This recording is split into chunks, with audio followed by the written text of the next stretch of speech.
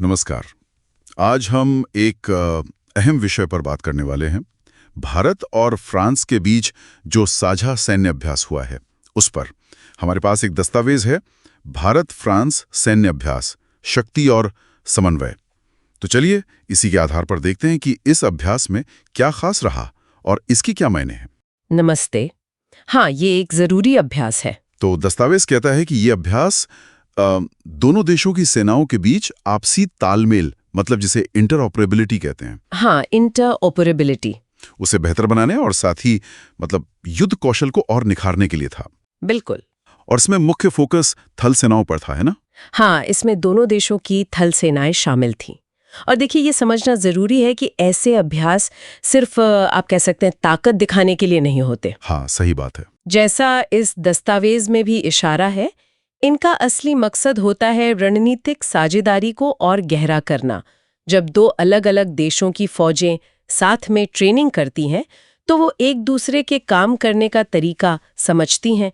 इससे मुश्किल हालात में साथ काम करना आसान हो जाता है। हाँ, मतलब वो आपसी समझ और भरोसा बढ़ता है। बिल्कुल, और वही किसी भी गठबंधन की नींव होता है असल में। अच्छा, और ये सिर्फ पारंपरिक लड़ाई तक ही सीमित नहीं था, जैसा कि दस्तावेज बताता है। इसमें कुछ खास गतिविधियां भी थीं। हाँ, कई तरह की चीजें शामिल थीं। जैसे आजकल की लड़ाई के नए तरीके, फिर वो जंगल वॉरफेयर। हाँ, जंगल वॉरफेयर, आतंकवाद से निपटना, आतंकवाद रोधी ऑपरेशंस, और यहाँ तक कि आम नागरिकों के बीच में राहत और बचाव कार्य का अभ्यास भी। ये मुझे काफी दिलचस्प लगा। ये बहुत महत्वपूर्ण है। और इसमें यह भी लिखा है कि पैदल सेना की मिलीजुली टुकड़ियों ने लाइव फायर ड्रिल की, मतलब असली गोलियों के साथ अभ्यास किया, और जॉइंट ऑपरेशन भी किए। हाँ, और ये दिखाता है कि सहयोग कितना व्यापक है। ये सिर्फ मतलब पुराने ढर्रे की जंग तक सीमित नहीं है। आज की जो असल चुनौतियां हैं, जैसे आपने कहा आतंकवाद या कोई बड़ी आपदा आ जाए, उनसे निपटने पर भी ध्यान दिया गया है। सही। और एक और बात जो ध्यान खींचती है वो है ज्ञान का आदान प्रदान। अच्छा, क्या मतलब? दस्तावेज के हिसाब से भारतीय सेना ने अपनी कुछ स्वदेशी तकनीकें, मतलब जो यहीं बनी हैं, वो दिखाएं, और वहीं फ्रांसीसी सैनिकों ने पहाड़ों और शहरी इलाकों में लड़ने की अपनी जो खास महारत है वो साझा की। ओके। तो ये सिर्फ साथ में अभ्यास करना नहीं था, ये एक दूसरे की ताकत और तजुर्बे से सीखना भी था। एक तरह से टू वे स्ट्रीट था ये। समझ गया। अच्छा, इस दस्तावेज में अभ्यास के नाम का भी जिक्र है, एक्सरसाइज शक्ति। हाँ, शक्ति, ये नाम काफी समय से चला आ रहा है इन अभ्यासों के लिए। और ये बारी बारी से भारत और फ्रांस में होता है ना? बिल्कुल, एक साल यहाँ तो अगली बार वहाँ। और भारत में संभावित जगहों के तौर पर बेंगलोर या फिर राजस्थान में महाजन फील्ड फायरिंग रेंज जैसी जगहों का नाम लिया गया है। हाँ, ये बड़ी ट्रेनिंग रेंज है जहाँ इस तरह के बड़े अभ्यास किए जा सकते हैं। तो अगर हम इन सब बातों का निचोड़ निकालें तो मुख्य बातें क्या हैं? मतलब इस अभ्यास से हासिल क्या हुआ? एक तो साफ है कि आपसी भरोसा और तालमेल मजबूत होता है। हाँ, वो तो है ही।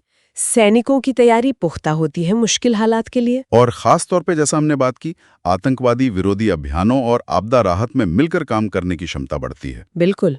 और अगर हम इसे थोड़ा और बड़े नजरिए से देखें तो ये दस्तावेज ये भी बताता है कि ये अभ्यास असल में भारत और फ्रांस की उस बड़ी साझेदारी का हिस्सा है। हाँ? जिसका मकसद इंडो पैसिफिक क्षेत्र में शांति और सुरक्षा बनाए रखना है। ओके।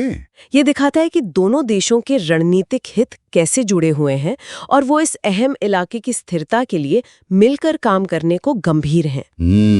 तो ये सिर्फ दो सेनाओं का अभ्यास नहीं है, बल्कि दो बड़े देशों के बीच बढ़ते हुए रणनीतिक गठजोड़ का भी एक संकेत है।